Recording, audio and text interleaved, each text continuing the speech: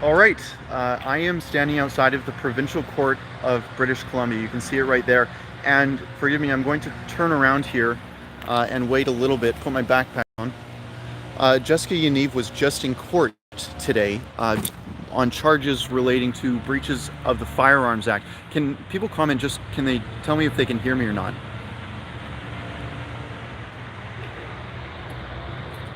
Just give people a moment to join. You can hear me? Great. There's someone sawing in the background, so hopefully that's not too noisy. Okay, awesome. So Jessica Yaniv appeared in court today relating to 2 charges of the Firearms Act, and I'll ask you guys to point out to me if you see Yaniv in the background. We're waiting outside, staked outside of the provincial court, waiting for Yaniv to come out and go to his car with his mother. It was a very strange court appearance today. I'll sort of break down what happened. First off, I arrived, and when I arrived, I was approached by an individual from a small news outlet. He's local to Vancouver. I wasn't sure about the story. All I knew was that he was kicked out of the courthouse. Now, I came into the courthouse, and let me tell you this, there was more security here today than there was whenever I've gone into Parliament, the Alberta legislature, anything of the sort. There's more security here than there was protecting the Premier of Alberta. It's very strange what was going on here today. I had my recording equipment confiscated because I'm not accredited here in BC like I am in Alberta. No matter, I just wanted to know what was going on in the courtroom. So we waited outside of the courtroom, and as I was sitting there, a sheriff approached me and demanded to know why I was in the parkade taking pictures of Jessica Yaniv's car. Now, this was news to me. I was quite surprised, and I didn't want to be thrown out of the courtroom, so I volunteered my phone photo gallery. That's not Jessica Yaniv. I volunteered my photo gallery to the sheriff to show him, no, I didn't take pictures on courthouse property. That would be contempt of court. So he let me go. But Jessica Yaniv told the sheriffs that I was in contempt of court. It's a very weird thing to do. But Yaniv has contempt for journalists. We know that Yaniv is a violent person. Yaniv hits journalists whenever it doesn't suit her to be asked questions. So I was in the courtroom. We left the court. We go into the courtroom. And Jessica Yaniv enters the courtroom after I come in and sit down, and it was a very brief court appearance. It was about 4 minutes, 5 minutes, I'd say, and it basically came down to: do you want a hearing in French? Do you want when do you want the court hearing to be, the trial to be? And they skipped the holiday season, and now it will be in January when there will actually be a trial on Jessica Yaniv's charges. Now, everything was about to wrap up. It was all well and good, and then Yaniv, in Jessica Yaniv fashion, stood up and said, well, I want to say something. I want something on the record. And unfortunately, I wasn't allowed to record in the courtroom, so this is going to have to do for you guys. But Yaniv says, I am outraged that I need to have a security detail. Yaniv went on to brag about how he has an RCMP and sheriff detail around him, and how he locked up a journalist earlier today, which was astounding to me. I don't know the full story on it, but effectively, and I've been told by someone who was outside of the courthouse before I even got here, was that this guy named Jonathan was arrested. I don't know the full story there, but Jessica Yaniv in the courtroom started bragging about how he got a journalist arrested today. Really weird. And the Justice of the Peace had a really weird look on her face. She sort of said, well, I don't know if this is the time or place. And then it was adjourned. Yaniv left the room, and I followed quickly after. And I only wanted to ask Yaniv one question, really.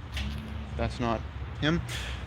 I only wanted to ask Yaniv one question, and it was, do you intend to plead guilty? Now, just for some perspective on what these charges are, it's for holding a taser, brandishing a taser when Yaniv wasn't supposed to have one, on a live stream with Blair White. It's a weird thing to do. This is entirely Yaniv's own fault. First, for owning the firearm, but secondly, for stupidly brandishing it on a YouTube live stream. Sorry, I'm just so worried Yaniv is going to come out. So I wanted to ask one question. Yaniv, are you going to plead guilty to these charges that are before you, these 2 charges? If Yaniv pleads guilty, he could have a more lenient of sentence. But here's the gist of these charges. They could be up to 6 months in prison for each charge. Jessica Yaniv could be in prison by the end of January. So that was the question that I wanted to ask Yaniv. We leave the courtroom. I asked that question quite quickly. Yaniv is with his mother, And when I asked that question, an outburst like I have never seen, but well, actually, scratch that. I have seen that before when I asked you questions earlier. It was the same fashion, but this time right in front of a sheriff.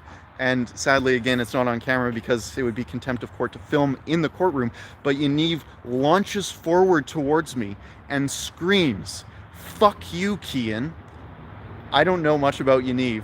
I haven't really done much for her. I know that she's assaulted both myself and David Menzies, but I haven't interacted with Yaniv much. I haven't done many stories on Yaniv like perhaps the post-millennial might have, but Yaniv knew me by name, launched forward towards me and screamed at me. The sheriff jumped into action right away, got between us. Thank God for the sheriff, because I don't know what would have happened. I really appreciate the sheriff stepping up here today.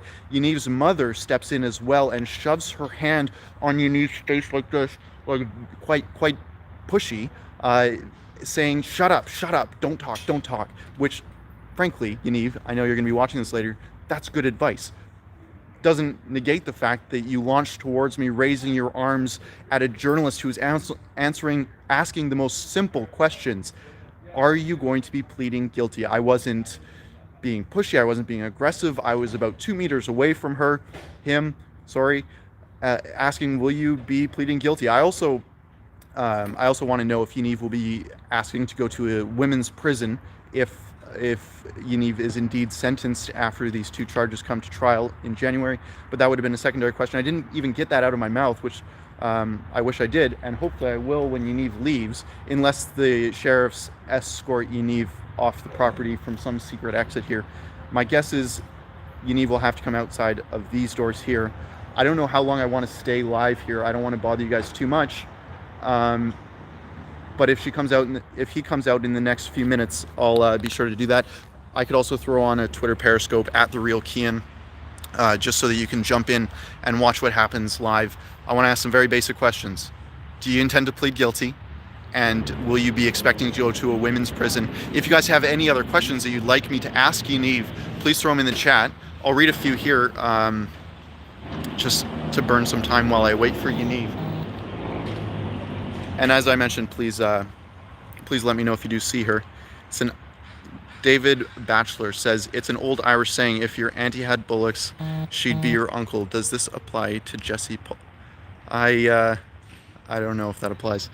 No guns aren't allowed without a permit. Same with tasers. Yeah, that's exactly the case. This was a taser and ammunition for a taser, I presume, which is a no-go. You're just not allowed to have that without a permit, as the Justice of the Peace said today.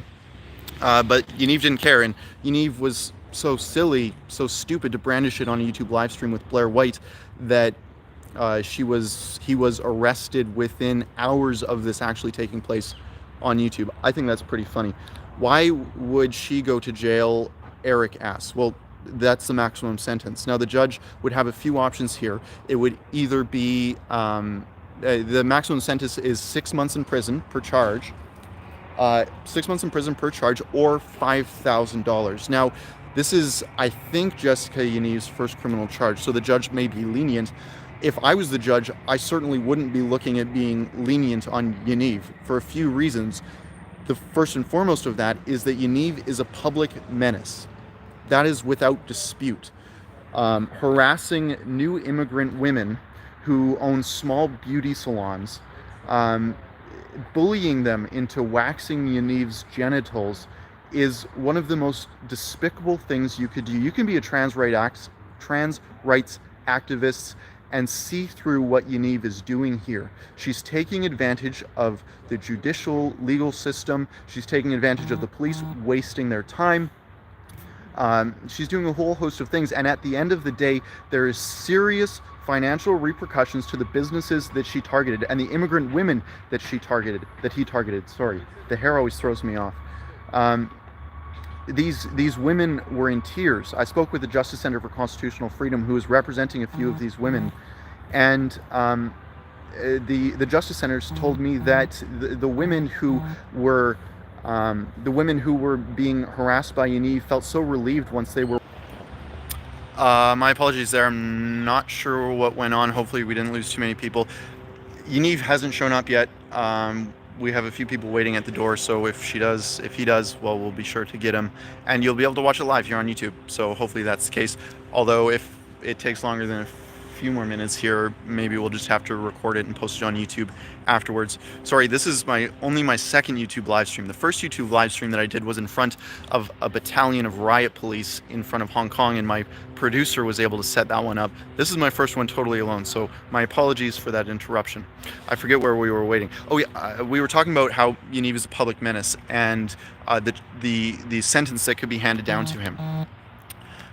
The maximum sentence is 6 months in prison per charge and $5,000, and then there's a bunch of more lenient sentences. I appreciate the super chats. Aaron Smith, has he been charged yet for Menzies assault? No, the police were not interested in following up on that one. Not sure why.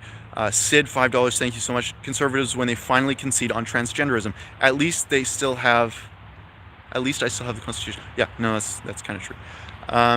So I appreciate those super chats mainly because the flight out here to Surrey, British Columbia, I flew to Vancouver to YVR from Calgary, and that flight cost $800. We wanted to be here so that we could ask Yaniv questions directly, because guess what? There was no mainstream media here at all. There was the Post Millennial, there was True North, and there was myself. I was here 2 hours earlier than everyone else, waiting so eagerly to get Jessica Yaniv on the record. He's been avoiding me so far, but that flight was $800. If you wanted to help us out, it would go a long way with these super chats. So these I'm trying to get to the end of what I'm saying here. The charges, most likely, my guess is, will not be prison. The judge, given that Yaniv doesn't have any priors that I'm aware of, the judge will probably opt for some sort of fine, maybe public service. That would be my guess. But if I was to say, sorry, I'm swiping away from all these notifications. If I was charging Yaniv, I would throw the book at him. Public menace, public nuisance, absolutely. You know, you look at these women who were in tears following the verdict when they were awarded a measly $2,000 a piece, I think it was. That was what they were given to repair their lives after a year. I'm so worried I'm going to miss Yaniv. I'm sorry. After a year of Yaniv harassing them in the Human Rights Tribunal, which was eventually thrown out and quashed, the $200 is all they were given. Yaniv knew what he was doing this whole time. He knew that he was harassing young immigrant women, and this isn't even to mention the allegations against Yaniv that he's been talking to, and I got to be careful here because I know Yaniv is very litigious.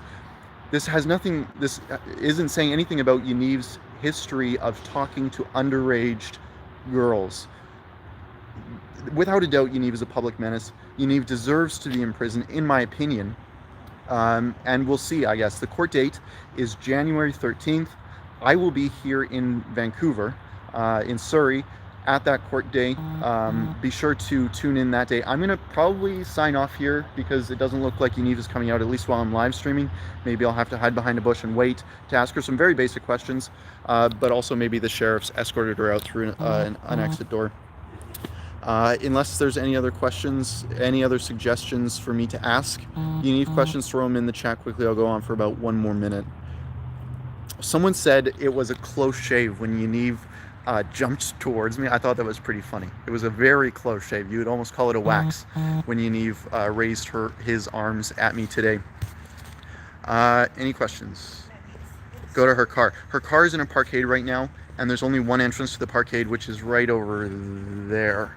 So my guess is he'll still have to come here no matter what, even if he does get an escort. So that's why I'm waiting here in particular. Will he be charged with sexual crimes? These charges are completely independent of anything that would come forward from the allegations that Yaniv fraternized sexually with. You know, actually, I don't want to comment on that live just because I know that Yaniv is litigious. You did a great job, Keean. Thank you so much. I appreciate that.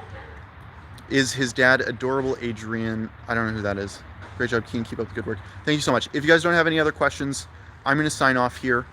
Yaniv's not coming out right now, so I'm going to sign off. Stay tuned on Twitter at @TheRealKeean. I'll live tweet anything that goes on throughout the rest of the day, and you can see sort of a timeline of today as well on there. And if Yaniv comes out, maybe I'll go live. It depends how quickly I can get questions off to Yaniv and also fumble with my phone. I don't have a videographer here with me today, so I'll be doing sort of two jobs. I appreciate you guys tuning in. Thank you so much. And thank you, 50 NOK. I don't know what that is. I have no idea. Anita, I appreciate it anyways. Thank you so much, guys, for tuning in. I appreciate it. In Vancouver, actually Surrey, for Rebel News, I'm Keean Bexte. Now let's see if I can turn this off.